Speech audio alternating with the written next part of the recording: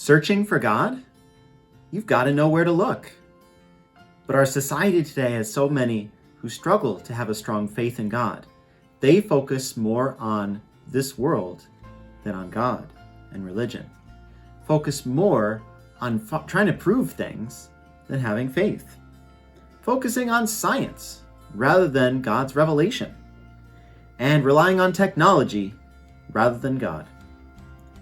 In an environment like ours, we need something to respond to the attack or indifference that people have toward the Catholic faith. And that is called apologetics. When we use the word apology today, usually we mean we're sorry for something. And we can thank Shakespeare for that. But before Shakespeare, you had the word apology referring to a speech you gave to defend something you believed in. And in our Christian tradition, we have apologetics as a way for us to respond to not only the concerns of other people about the Christian faith, but about our own worries and struggles and doubts. So when it comes to apologetics, it has a very long history. It goes back to the early church trying to find its way in the world. Today, we use apologetics to defend our faith, to explain why it's believable that Jesus rose from the dead, why it's believable that God loves us, why it's believable that religion matters. And for us today, we seek to draw upon the wisdom of the past to respond to our situations we face in a unique way today. Sometimes it's really hard to stand up for the faith. You might feel like a clown who's trying to get people to realize the truth, but everybody just laughs at you. In other times, you might feel like you just don't have the words to say.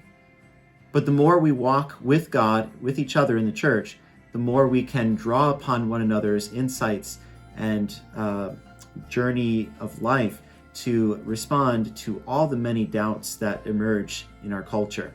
Because none of us is exempt from some degree of doubt. Maybe we don't personally doubt our faith too much, but there's always some element of uncertainty there, trying to figure out how everything in our Catholic faith fits together. Someone might struggle a lot with some of these difficulties, and so it is our responsibility as Christians who have been told to preach the gospel to make clear the gospel to all the nations and to all people in our lives. So in our series, we are considering a number of questions that people have about the faith, about God, and about religion in general. Some questions that we're looking at include, how can we believe in God if no one can prove he exists? How can we believe in God if science shows the universe exists without God? How can we trust the Bible if people could have made it all up? Why is it so difficult to find God today? Everybody has so many different ideas about God. What do we make of that? Why are there so many hypocrites in the church? Why sign up for a church like that? Why do people do so many horrible things in the name of religion? Why do I need someone else to tell me what to believe? Why do I need religion to control my life, tell me how to be myself? Why do I even need God? Can't I be happy some other way? And why do innocent people suffer? Why would a good God allow that to happen?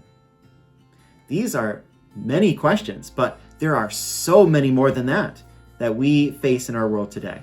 I encourage you to wrestle with some of these questions and to draw upon our series as a resource for you as we continue our engagement with our culture and with our faith. So if you are able, please come join us. In the next 3 Sundays, we have our Faith Formation on apologetics.